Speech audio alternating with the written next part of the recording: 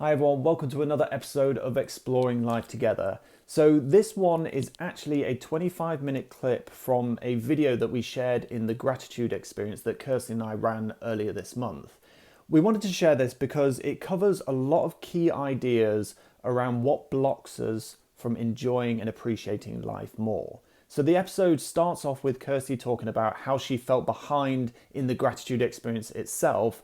And we just went from there covering lots of things like not beating yourself up, being too hard on yourself, being too busy to enjoy life, feeling like you're on autopilot, watching life pass you by, living in the future, not in the present, and a very common one, comparing yourself to others. So if any of those themes or topics stand out or resonate or sound of interest, I think you're going to get a lot from this episode and enjoy. Probably over the weekend, but even more so today, that I was feeling quite behind in it because I had actually, up until today, I think I wrote four sticky notes and they were all on day one. So, yeah. So I was like, shit, I've not really been even doing this. Um, but then so I was feeling quite behind and a bit sort of I started noticing that the brain goes into a bit of shaming, blaming, and luckily now I know that those patterns are unhelpful and I know that it's just my brain's mechanism kicking in and it's nothing that I need to take too seriously. But I wanted to share a couple of things that came up for me in the process of seeing this because I think there's probably other people that can resonate. And um, one of those things, well, firstly, the first thing was feeling like behind. And I was going, well, actually, I kind of was dealing with myself. Sometimes I do this with myself. I coach myself and I'm the client. Like, I can flick between the two roles. And I was like, well, you're not actually behind. How could you ever be behind? What even is behind? Let's look at the language of that. What does it mean? And I was just like, well, actually, have I written sticky notes every single day? No. But have I had little moments where I've felt in my chest a little glimmer of like love, expansion, openness, affection, appreciation, gratitude, happiness, joy, whatever feeling you want to apply to it? Yes, I have. Have I then sat down and closed my eyes and meditated on it and felt it? No. But did I feel it in the moment for a glimmer? Yes. And so, not that there's right or wrong or anything, but I just had to catch myself and remind myself that actually that is the point. It is to just notice these small little moments. And it doesn't have to be that I've sat down for 5 minutes, 10 minutes, half an hour, or whatever to feel the feelings. The point is, did I notice the sensation in my body at that moment in time?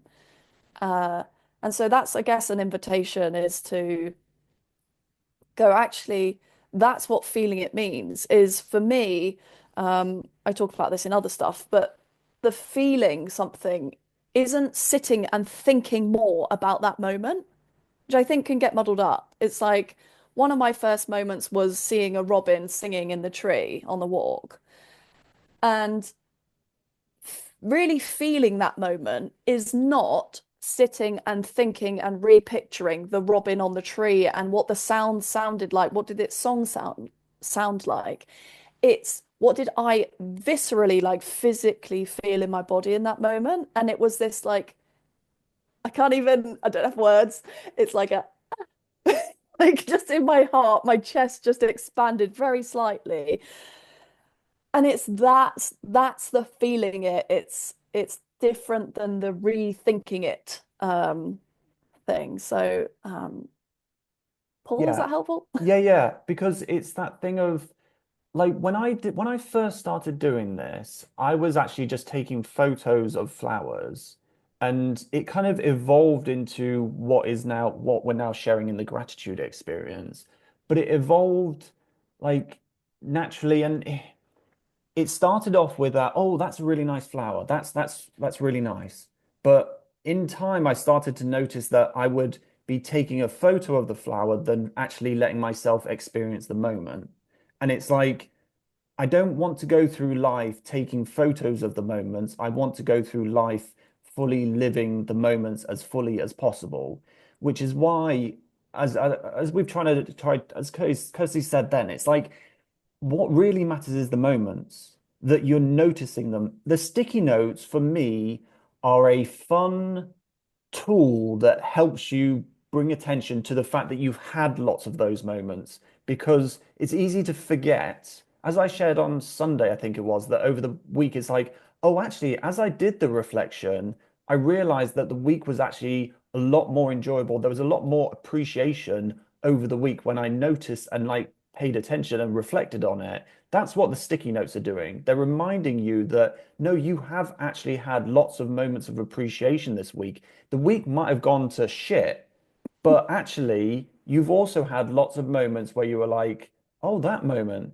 and that moment, and that moment. And if we don't necessarily have those sticky notes, it can be easy to forget that. But the point of the sticky notes is that you don't then spend the rest of your life needing to write sticky notes because that's not the point. The point is that for a short while, you feel like an injection of like conscious attention and awareness to those moments so that after this experience, you can keep going for as long as you want. But after this experience, after you stop wanting to do the sticky notes, you then just more automatically notice those moments of appreciation. And in 3 months' time, you might go, oh, you know what? I've really not been noticing that. I'm gonna do a 3 day sticky notes gratitude experience just by myself. And so it's not about how many you do or like even doing it day after day consecutively. It's about, as Kirsty is saying, noticing the feelings and actually having the feelings. And however you do that, however, like rather than something Kirsty helps me with a lot is like get out of your head and feel it. Like this isn't about thinking that you've got an appreciation of life. It's feeling it more and more so that when you wake up tomorrow, there are more moments of that. And because you've, like that whole red car thing, you've brought more attention to it. So then you naturally notice them more. Um, One of the other things that has got in the way for me of actually noticing those moments is busyness. Busyness. What does it even mean? Uh, but this kind of, for me, what that means is it's the times when I have allowed autopilot to regain control of the system. It's like the times when I'm more focused on what I'm doing and less focused on kind of being actually present. It's more of a focus on, I don't know, but like putting the kettle on, making breakfast. Okay, what's next? It's what actually for me the experience is I'm living in the future very slightly. And even if it's not far, far in the future where I'm got to the point of worrying about X, Y, Z that's going to happen in, however many days, weeks time, it's more of it can be a very subtle, very slight living in the future, which is, oh, I'm going to make breakfast and then I wonder what Paul wants to do today. Like, are we going to go for a dog walk first or are we going to do this first? And it can be so sneaky, but I've noticed that when I'm doing that, I'm not acknowledging, for example, one of the things for me is I've struggled with digestion for fucking ages. I can't even remember. And one of the things I'm trying to do is bring more awareness to how much I chew my food and to also pay attention to what I'm actually eating. But I've noticed the compulsion to pick up my phone or watch something or think about something. It's like I want to be distracted whilst I'm consuming this food. And so it's just, again, I'm not beating myself up for that. I'm just noticing it. It's become very, very apparent to the point I can't ignore it because I've noticed I've got enough distance from myself as I'm doing it that I'm like, oh, that's really interesting. I just picked my phone up.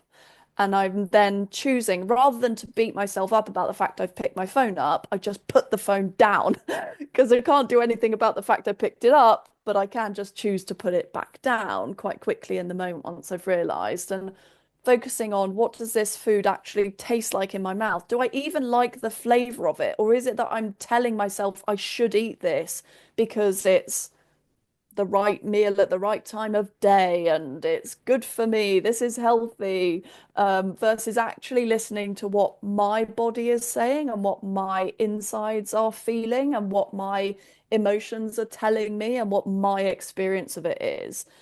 Um, and I feel like that's very connected to appreciation because then when I tune in, I'm like, oh, I actually do quite like the texture of these apples. And actually, it's quite nice. I like it when I get a bit of the nut butter on there. It's like nice little extra crunch. And then I start to appreciate it because I can feel, again, it's that like I'm actually, because again, what I think all of this is about reconnecting with life and aliveness. And it's that it's tuning you back into you as the vessel for that experience.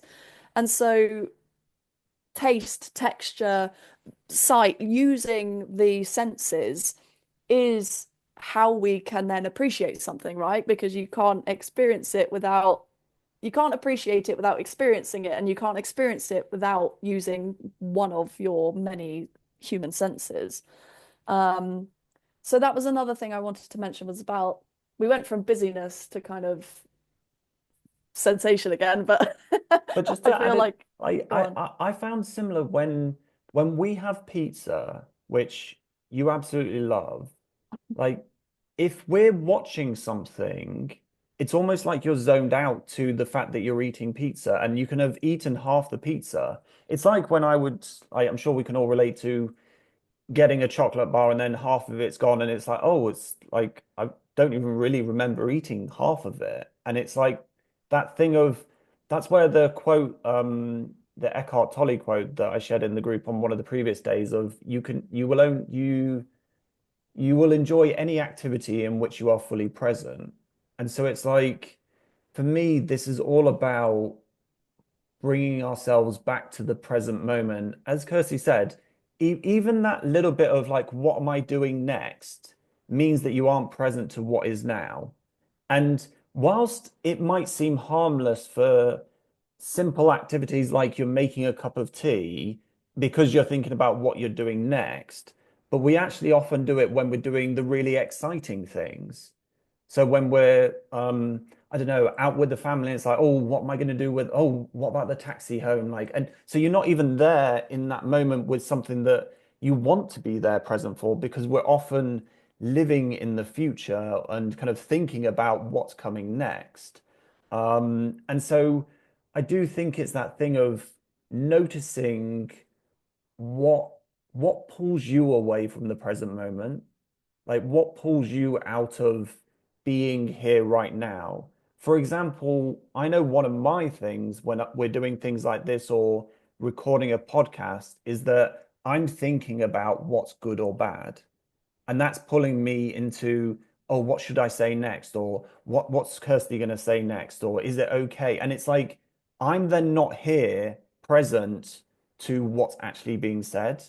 And so that's another part of this of like going, noticing what pulls you away from it. Not about how to try and be present, because for me, presence is our natural state.